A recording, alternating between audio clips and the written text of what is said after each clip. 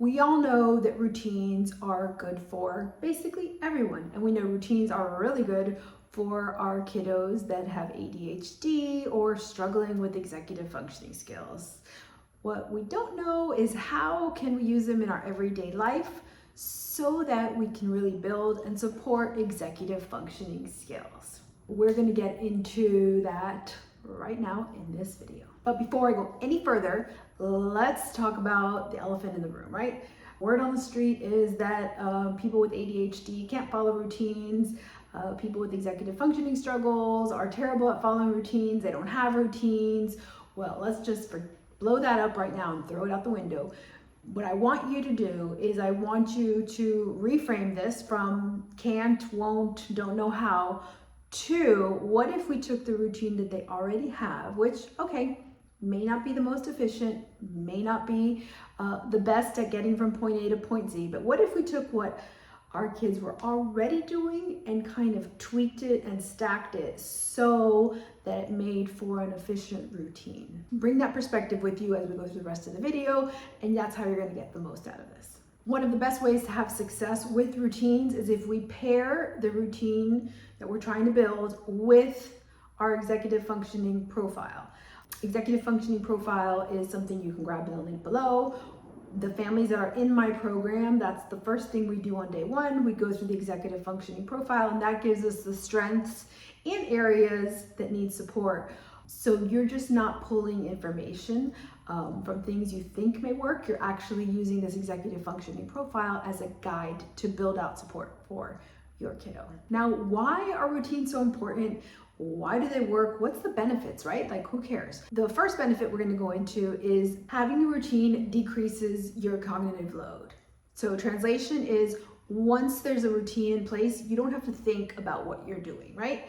It's your morning routine. You know, if you're an adult, something like me, your alarm goes off, you drink your water, you make your coffee, and those 3 steps right there are part of your morning routine. So when we're trying to set that up for your kids, remember, keeping in mind, we're trying to offload, okay, what am I doing next? What do I need to get? All that decision fatigue that comes along, a morning routine will come in and replace that and really decrease the amount of thinking that needs to be done. Other benefit of routines is it really structures your environment around you.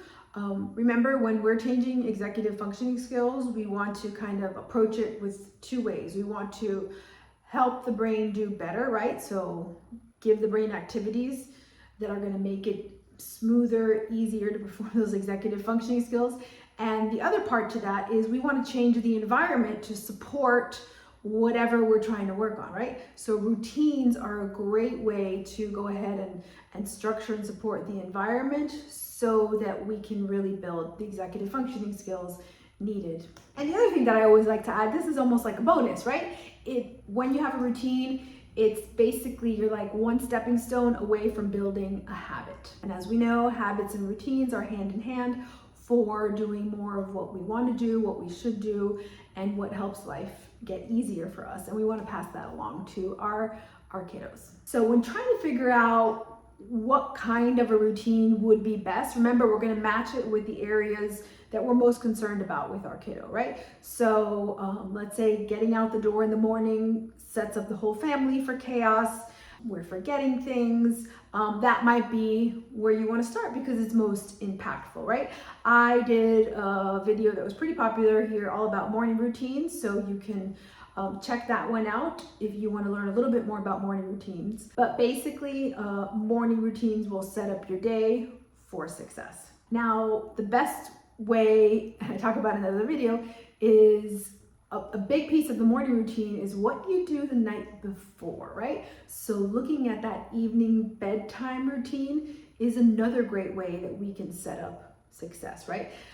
It tackles organization, it tackles working memory, it tackles planning, right? It tackles task initiation. If you're already thinking about what's going to happen tomorrow, you can already set out your clothes. That eliminates, what am I going to wear today, right? Some people have uniforms, some people don't, but even if your child has a uniform, setting the uniform up the night before will could possibly get you a good 5-10 minutes in the morning out of the morning routine. Another popular routine that makes a big impact on everyday life is that after school routine. It could be that after school routine, maybe soccer and a snack, and maybe putting away your backpack.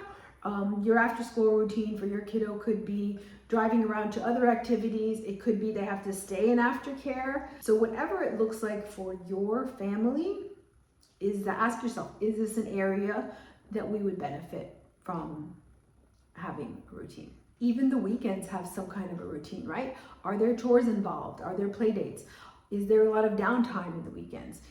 That could be a possible area that maybe the routines need some tweaking, right? Because there's more time, so you can start practicing a little bit more. Now, routines can start as early as 4 years old, right? And we can continue to build and build on those routines through the age of, well, forever, right? So I want you to ask yourself, what area of our day would really benefit the most for a routine? And the measuring stick is going to be, what area are we struggling with? Are we struggling with working memory? If we're struggling with working memory, well, what part of our day could we implement some things so that we stop forgetting to bring our water bottle to school, right? I know for one of my families, a real success was making a check-in and check-out station. So it was like almost like a little locker, and the child got to decorate it, and that became a great place to, at least a go-to place to remember where the things needed to be as you were going out the door and where you needed to put things as you were going in the door.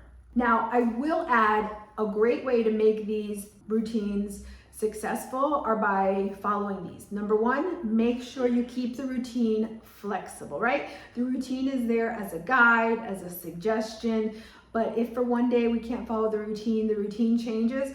Flexibility is part of an executive functioning skills too, so we want to make sure we keep that in mind as well.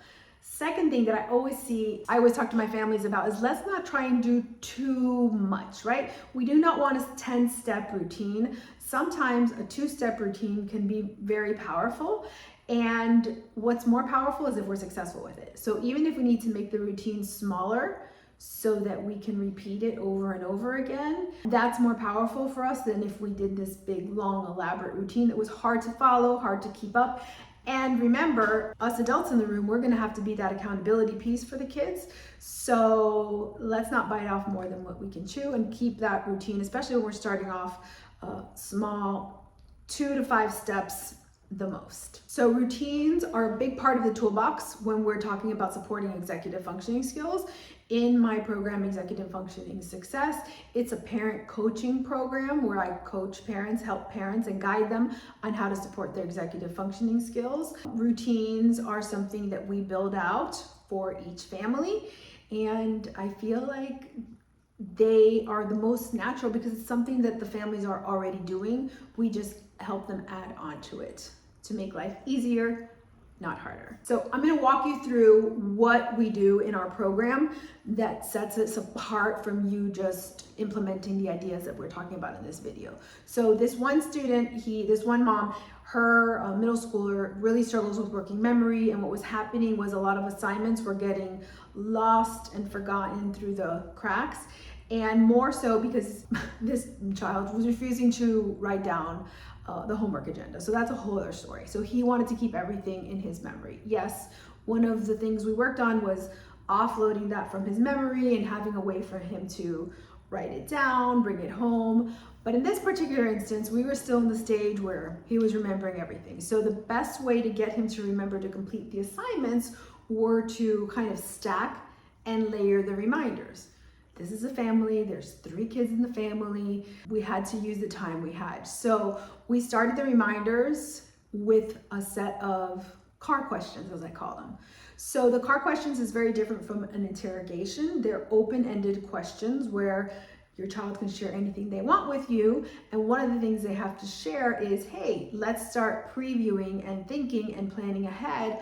What do we need to do when we get home? And in exchange, the mom, as she was driving her home, she's like, well, now, she would kind of preview the afternoon for the kids, because sometimes they had to go to do errands or other kids' activities or their own activities. So this was a great way to kind of front load. Okay, this is what's expected when we get to the house versus getting to the house. What was happening before is they wanted to relax, and then it became, kind of getting that momentum back in the transition was really hard. And this car question time became a really good tool to set up the routine. So guess what? Those car questions, those were part of your after school routines. So it wasn't something extra that mom had to do. It was something that she was already doing.